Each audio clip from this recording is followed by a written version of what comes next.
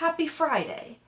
That's what my coworker Robin says to me when she walks in to work about 2 hours after I do.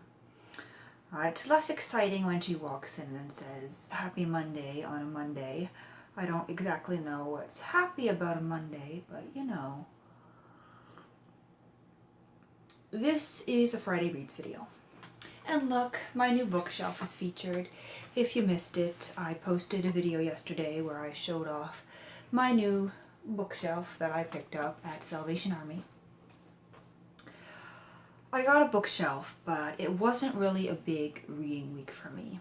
Today, I did listen to an audiobook of Much Ado About Nothing. I bought it on Audible, and I sort of knew that it wasn't going to be that great because it was like $3 for this audiobook.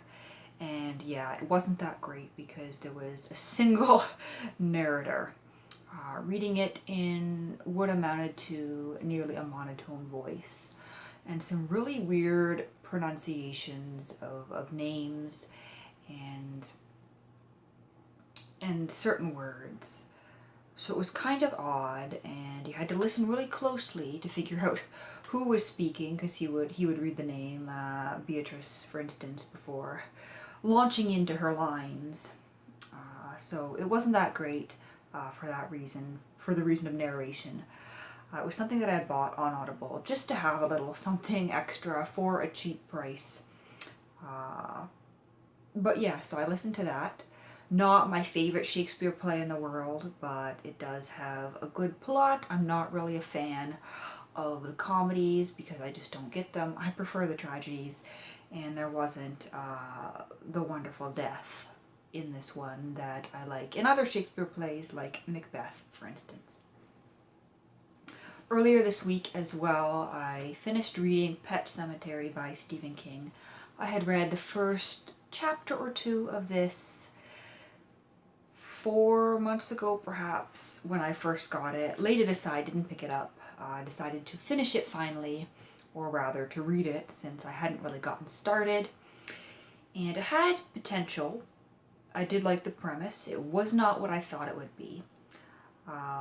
From what I had heard about the book, and based on the opening scenes in the first few chapters, when this man moves up to this house in Maine with his family, and when he and his 2 children go out with the neighbor and see this pet cemetery for the first time, I rather expected that all the animals who'd been buried in this pet cemetery would be coming alive and would be kind of haunting the streets and perhaps killing, or that something would happen that would cause at least some of the animals to do this, but it really had nothing to do with this original pet cemetery that we see in the opening scene. It has to do with a pet cemetery kind of farther off into the backwoods, I guess, the bush, near this initial pet cemetery. And I, of course, expected the family cat, Church, to die and to come back, but I didn't expect the cat to have such a minor role. And I'm going to be honest, the ending really sucked. It didn't really have anything to do with the plot, the random backstory about his wife and her dying sister, the sister who died when they were children. That was really, really random, and it was kind of odd for it to get pulled in to the closing scenes. Ambiguous ending, unsatisfying ending. For that reason, I gave it a really low rating on Goodreads. This concept of a pet cemetery, of pets who come back to life after they're dead, there's a lot of places you could go with that concept.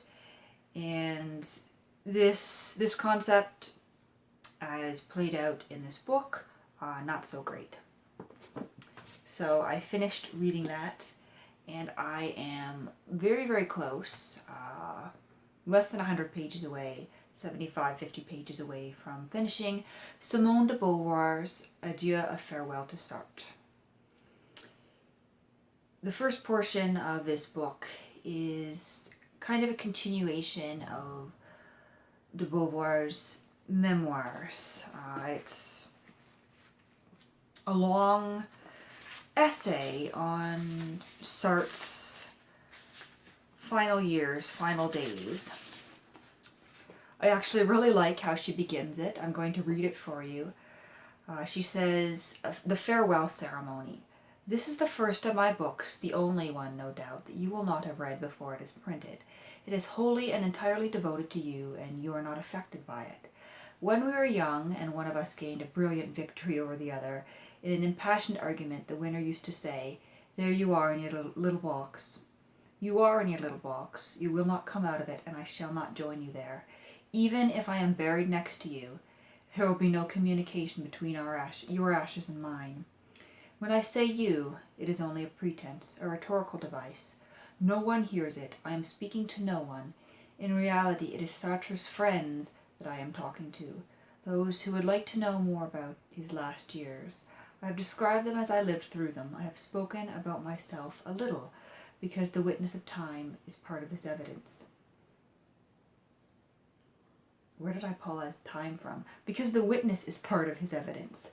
But I have done so as seldom as possible. In the first place, because that is not what this book is about, and then because, as I replied to a friend who asked me how I was taking it, these things cannot be told, they cannot be put into writing, they cannot be formed in one's mind. They are experienced, and that is all. This narrative is chiefly based on the diary I kept during those 10 years, and on those many testimonies I gathered. My thanks to all those whose written or spoken words have helped me to recount Sartre's last days. This can be seen in some ways as the final volume of Simone de Beauvoir's memoirs. She picks up where she leaves off in All Said and Done. And it is a very, very personal account of the declining health and death of Sartre. It's a topic that I think few authors, even authors who write their own autobiographies and who write about the people in their life, few authors are willing to deal with death, with illness, with decline, in the same way that Simone de Beauvoir does. Her short work, A Very Easy Death, about the death of her mother, is very personal, very shocking. She doesn't leave the grotesque details about illness out, and she does the same thing here with A Farewell to Sartre. I don't want to talk too much about this because when I do finish it, I do plan to film a review of it. You can see all my notes, my annotations here. I have started using little stickers. I cut them into 3. They come on these papers here. I cut them into 3. They're meant to label file folders. And I attach them to the pages as little tabs. The way you would find pages in an encyclopedia or a dictionary. And I also write in my books as well. But yeah, when I finish this, I plan to film a review that may very well be tomorrow. Once I finish this and once I get it uploading, I'm going to sit down on my living room couch, make a second cup of tea, and finish this. I've been working on it slowly for almost the past 2 weeks, past week and a half, which is really odd for me. But I mean, it's a Simone de Beauvoir that I haven't read yet, and so I'm savoring it. I'm thinking about it. I'm writing in the book, which is why it's taking me a little longer to get through it.